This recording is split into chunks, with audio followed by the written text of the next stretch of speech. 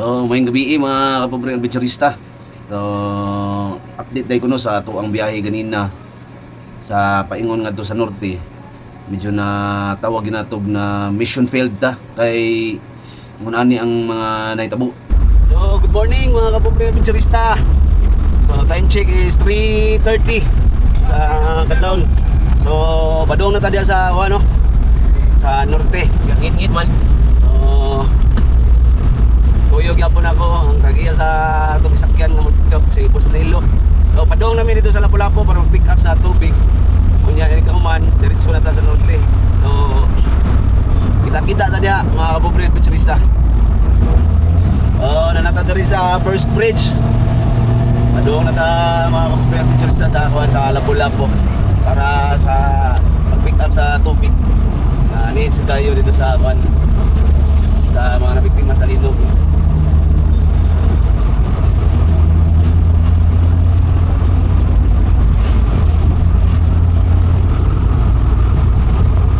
So, okay na. Nakakuha na itong tubig. Tara.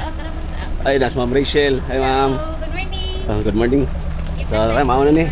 Kita-kita tadi mga kapobre adventurista. Tara. Time check. Alas 4:35. Nanami dari sa may tayo diluan. So, padung na ta sa norte. Lungsod sa Carmen, paingon na ngadto sa Katmon ni medyo didto na namo na kuan ang traffic. So ingon ani ka traffic, grabe kaayo gikan sa Carmen paingon ngadto sa Katmon didto na sa Lahos. Hangtod na paingon dito sa kuan, ingon ani ang dagan sa traffic. Grabe gud kapuno sa mga private nga mga sakyanan, sa mga LGU, naari gud tanan nagtapok dito. So mao to nga medyo wa gid mi kalusot no.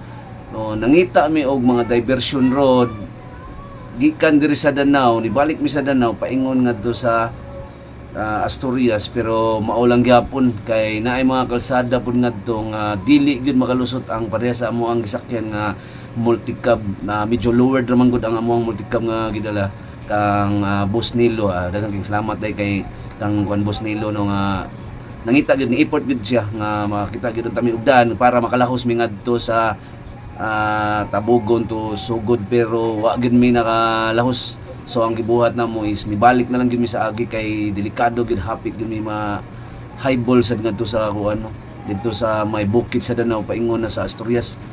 So ang among gibuhat nibalik na lang gid mi nga amo lang paningkamutan nga unta karong mga pila ka adlaw nga makalusot na gid mi ngadto. So pasensya jud kayo mga kapobre adventurista, medyo wa kita makalapos karong adlaw. Natanggong gid mi ngadto mga taas-taas nga mga oras, siguro sa mga nasa mga 5 hours usa mi nag-decide nga mo diversion, pero wa lang gyapon nahitabo kay medyo di gid kaya sa amo ang sakyanan nga gidala. So mao ra to, daghang naging salamat ug pasensya namo. Ayaw nga sa sunod makalapos na ta. So daghang salamat. May gabi.